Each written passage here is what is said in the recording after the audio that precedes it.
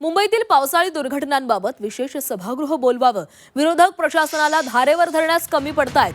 मनसे नेते संदीप देशपांडेंनी ही खंत व्यक्त केली आहे. आयुक्त अश्विनी भिडेंनी उत्तरं दिली पाहिजेत असंही संदीप देशपांडेंनी म्हटलेलं आहे.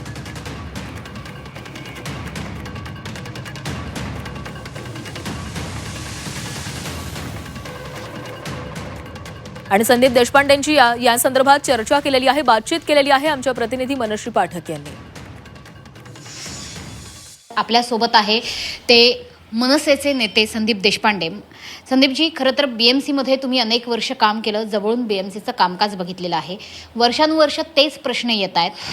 2017मधली मॅनहोल दुर्घटना आणि त्याच्यानंतर पुन्हा एकदा अशा प्रकारच्या दुर्घटना जेव्हा घडतात तेव्हा किती धक्का बसतो. आणि सोबतच मुंबई महापालिका प्रशासन म्हणून कायदा काय सांगतो, आता विरोधकांच्या हातात नेमकं काय उरलंय?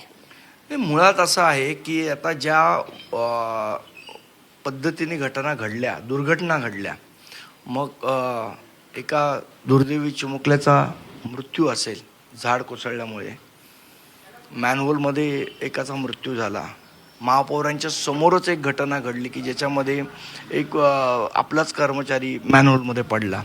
मला असं वाटतं ज्या पद्धतीने नालेसफाई झाली नाही आहे, मुंबईची तुंबई झाली आहे, या सगळ्या घटना घडत आहेत थोड्या पाऊस, विरोधक काय करतायत हा महत्त्वाचा प्रश्न आहेच.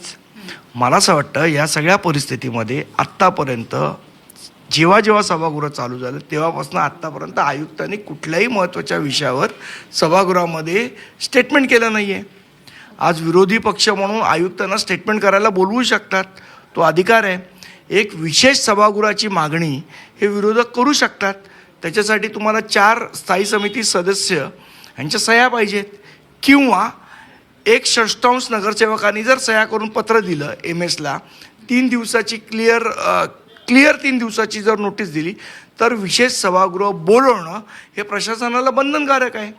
ह्या गोष्टी विरोधकांनी केल्या पाहिजे. त्या विशेष सभागृहात या सगळ्या विषयावर चर्चा घडवून आणली पाहिजे आणि ह्या चर्चेवर फक्त आणि फक्त आयुक्तांनीच उत्तर द्यावं अशा पद्धतीची मागणी केली पाहिजे, तर तुम्हाला आयुक्तांना जबाबदार धरता येईल.